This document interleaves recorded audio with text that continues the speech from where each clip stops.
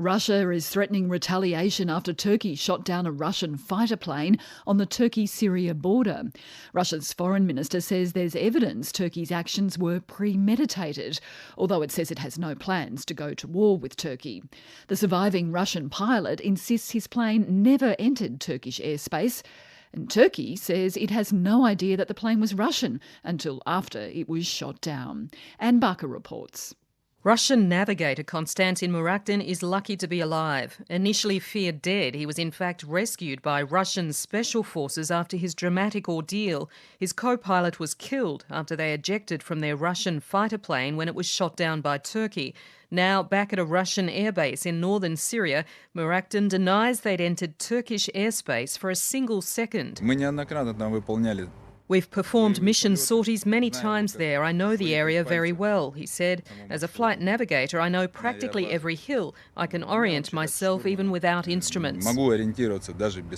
Muraktin also rejected Turkey's claims it gave 10 warnings in the space of 5 minutes before shooting the plane down.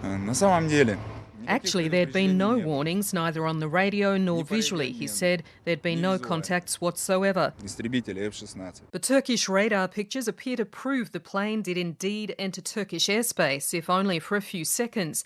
And Turkish authorities have released audio of the warnings given to the Russian pilots. This is Turkish Air Force speaking on guard. You are approaching Turkish airspace. Change your heading south immediately. And Turkey now claims it had no idea the plane was Russian at the time it was shot down. Prime Minister Ahmet Davutoglu addressed the Turkish parliament. The fact that the plane belongs to the Russian Federation was learned after the announcement of the Russian authorities, he said. I would like to stress that the plane was fired at while it was violating Turkish airspace. The Prime Minister's comments drew rousing applause from ruling party members who chanted, "Turkey is proud of you." Russia, though, remains furious and says video evidence suggests Turkey's actions were premeditated. We have serious doubts that this act was unintentional, said Russian Foreign Minister Sergei Lavrov. It looks very much like a pre-planned provocation. Reports which you and your colleagues file all point to that, including the video sequences and shots that you show, obviously pre-edited before. The Foreign Minister has stressed Russia has no wish to fight a war with Turkey, but it's considering other retaliatory measures that would restrict trade and tourism ties.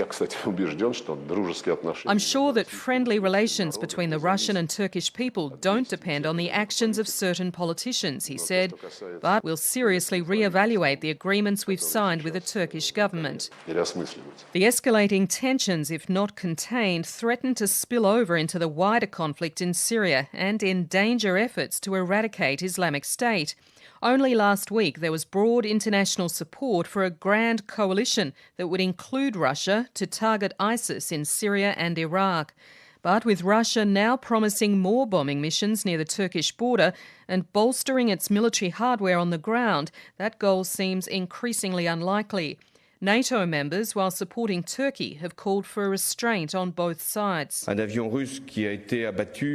fact that a Russian plane was shot down by the Turks inside their airspace, I think we must do all we can to de-escalate and to renew dialogue, said French President François Hollande.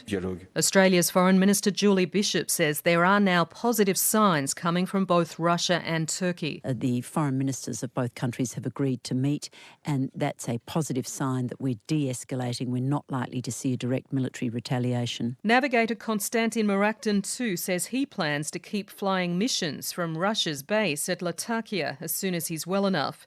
Meanwhile, he's to be recognised as a hero. The dead pilot too will receive a posthumous award. Anne Barker reporting.